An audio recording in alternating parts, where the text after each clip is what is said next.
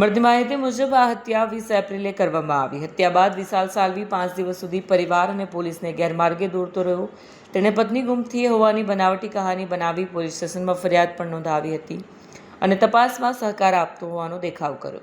આ સમગ્ર ઘટનાનો પર્દાફાશ ત્યારે થયો જ્યારે મૃતકના 13 વર્ષના પુત્ર આરવે પોતાના સંબંધીને વોટ્સએપ પર એક ચિઠ્ઠીનો ફોટો મોકલ્યો। આ ચિઠ્ઠી આરોપી પિતાએ જ લખી હતી, જેમાં તેણે ગુનો કબૂલ કર્યો હતો અને લાશ ક્યાં છુપાવી છે તેની વિગત આપી। પોલીસ અને પરિવારજનો સ્થળ પર પહોંચતા સિમેન્ટના પ્લાસ્ટર નીચે દબાયેલી લાશ મળી આવી। હાલ સલાબતપુરા પોલીસે હત્યારા પતિને ઝડપી પાડી વધુ પૂછતાછ હાથ ધરી છે। સલાબતપુરા પોલીસ સ્ટેશનમાં તારીખ 26/4/2024ના રોજ 658/2026 નંબરથી એફઆઈઆર નોંધાયેલ હતી, જે ભારતીય ન્યાય સંહિતા 2023ની કલમ 103(1) તથા 238 મુજબની લગાવવામાં આવેલી હતી।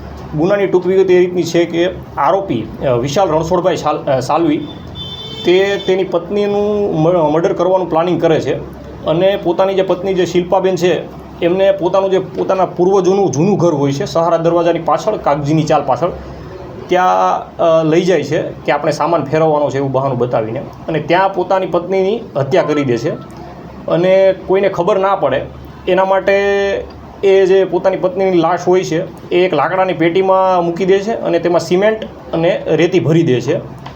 અને આ બનાવ જે છે એ 20 તારીખનો હોય છે અને લોકો સુધી લાશની દુર્ગંધ ના પહોંચે એ માટે તે એર ફ્રેશનર પણ મૂકે છે।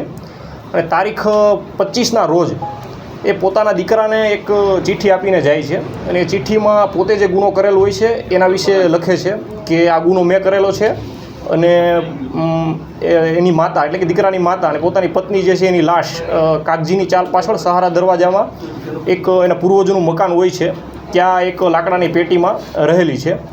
અને એના આધારે તારીખ 26ના રોજ 26/4/2026ના રોજ મર્ડરની એફઆઈઆર દાખલ કરવામાં આવે છે અને આરોપીને દાદા ભગવાનનું મંદિર જે હોય છે કામરેજ ત્યાં ખાતેથી સલાબતપુરા પોલીસ સ્ટેશન દ્વારા પકડવામાં આવે છે અને હાલમાં આરોપીને પકડી લીધેલ છે।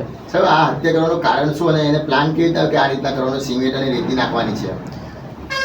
અત્યારે પૂછપરછ દરમિયાન કારણ એવું જણાય આવેલ છે કે છેલ્લા ઘણા સમયથી પતિ અને પત્ની વચ્ચે ઘરેલું કંકાસ ચાલતો હતો અને જેમાં પ્રાથમિક કારણ એવું જણાય આવે છે કે પતિને પોતાની પત્નીને અન્ય વ્યક્તિઓ સાથે આડા સંબંધ એટલે કે એના કેરેક્ટર ઉપર શંકા હોવાનું જણાય આવે છે। સાહેબ, આરોપી કોણ છે અને જે હત્યા થઈ છે તેનું કોણ થાય છે અને શું કામકાજ કરતા હતા? આરોપી જે છે વિશાલ રણછોડભાઈ સાલ્વી છે, જે મૂળ મધ્યપ્રદેશના છે અને એમના જે વાઇફ જે છે શિલ્પાબેન એમના પત્ની છે। હત્યા કેવી રીતે કરવામાં આવી હતી સાહેબ? હત્યા આરોપી એ એવું પ્લાનિંગ કરે છે કે એની પત્નીને લઈ જાય છે, એમનું જે જૂનું મકાન હોય છે ત્યાં એક કારણ હોય છે કે કારણ બતાવે છે કે આપણે ત્યાં જૂનો સામાન પડેલો છે, સામાન ફેરવવાનો હોય છે અને ત્યાં લઈ જાય છે અને આરોપી અને એમના જે પત્ની છે એ બંને સામાન ફેરવતા હોય છે। તો તે વખતે આરોપી એની પત્નીને એનો જે દુપટ્ટો હોય છે એનાથી ગળા ઉપર પ્રેશર આપે છે અને એ રીતે હત્યા કરે છે। સાહેબ, આપણે વાત કરી કે સિમેન્ટ અને રેતી નાખીને પૂરવાની વાત કરી લાકડાની પેટીમાં, તો આવો પ્લાનિંગ એના મગજમાં વિચાર ક્યાંથી આવ્યો? તે અંગેની પૂછપરછ હજી આરોપીની ચાલુ છે।